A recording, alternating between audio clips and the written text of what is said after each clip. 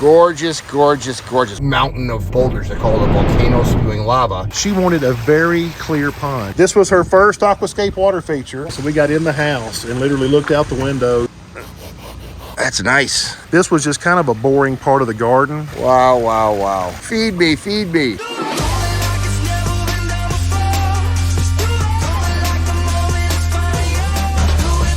Welcome to living the Aquascape lifestyle. So Mark, what town are we in? We are in Jackson, Tennessee, at kind of out in the north part of the county, and beautiful, beautiful custom home, beautiful custom backyard too. What do you see this backyard? Whole 9 yards. This is made for outdoor living right here. All right, let's check out another beautiful Aquascape ecosystem water feature. Right here. What a garden.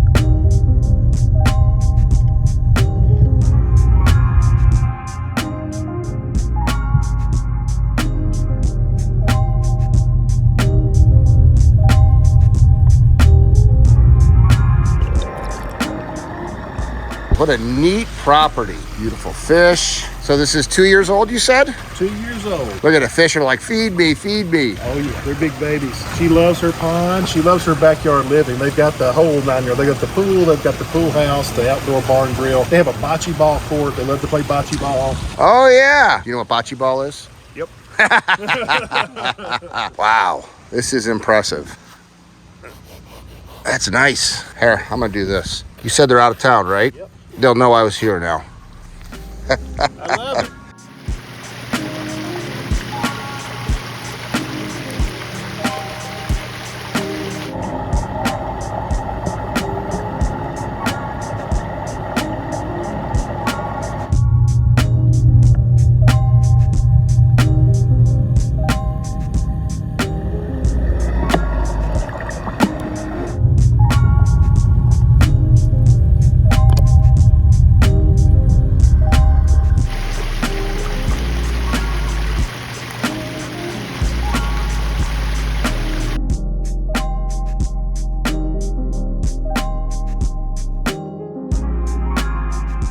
They wanted to have a view from every window. So we got in the house and literally looked out the window and made sure you had views from the windows. And if it's raining, they could sit out here and listen to it. They could sit out here in the evenings. She wanted a feeding rock, so we put a big rock right there she could sit on. Oh yeah, right there. And feed her fish. Well, here, take the camera and go explain to people what you did. All right, this was just kind of a boring part of the garden. There were just some basic shrubs here. And she wanted to create sound and movement of water. And she also wanted to create a little outdoor shower area over here. So we ended up having a stream and waterfall come down, and then we did a little bridge that walks you around to the secret little shower room for the pool. She wanted a nice boulder to sit on so she could feed her fish in the mornings. So she could sit right here on this boulder and put her feet on this big rock, which is also kind of a fish cave. They can get up under there and hide. And then this perfect, you can see she loves her plants. So she was really interested in doing not just hardy plants, but some tropicals like the umbrella palms. She also has another little aquascape bowl right here. This is called the patio pond.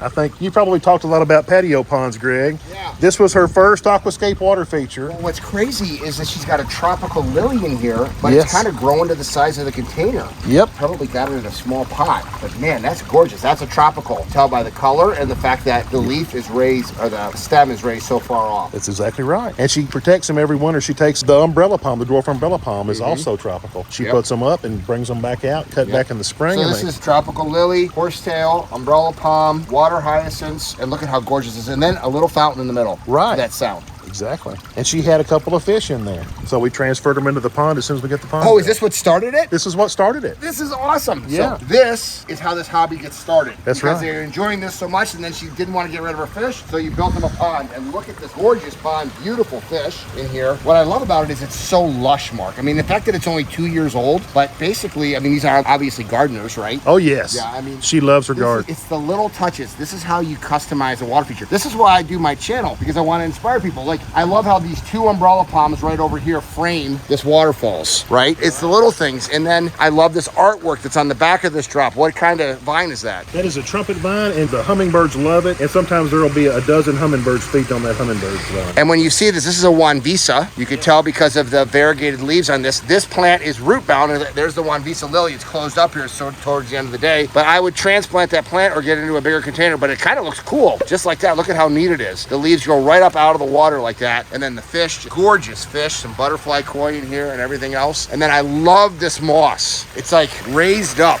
I mean, look at this. It just softens up the rocks. A little fern planted right in there. These are the things that make Mark an artist. Grabbing a stump like that and then putting in little succulents in here, creeping Jenny like he likes to use, lichen on the rocks. I mean, that's pure art, buddy. Who did that? Did Shane do that? Me and Shane and Adam. All right. Good stuff. I love this moss. Look at that. Just absolutely gorgeous. Black-eyed Susans. What kind of tree is that? That is a ginkgo. Oh, it's a ginkgo tree. That's pretty cool. Yeah, you can tell by the leaves. I should have looked. There's a ginkgo leaf. Ginkgo. Even better, the leaves didn't come out full this year, but it's still healthy. That's one of the oldest living plants known. Yeah, the ginkgo trees. Yep. Super good work, my man.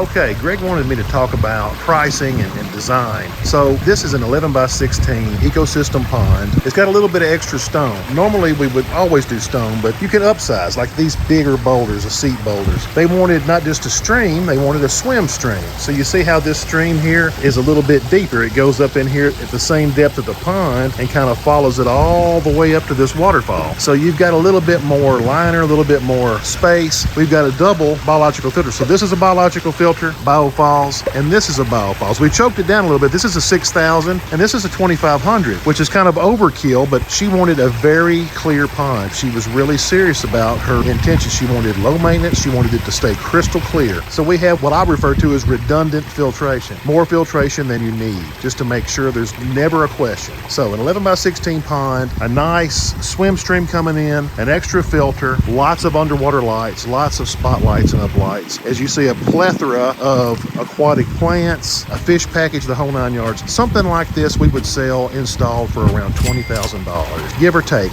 A lot of it depends on access, but that's going to be a pretty close price. We were able to get in here fairly simply. We could back our trucks right up to the gate. We didn't tear up any turf. We were very careful with the landscape. What was here was able to transplant, and everybody is thrilled with the final product, and these folks just love their pond.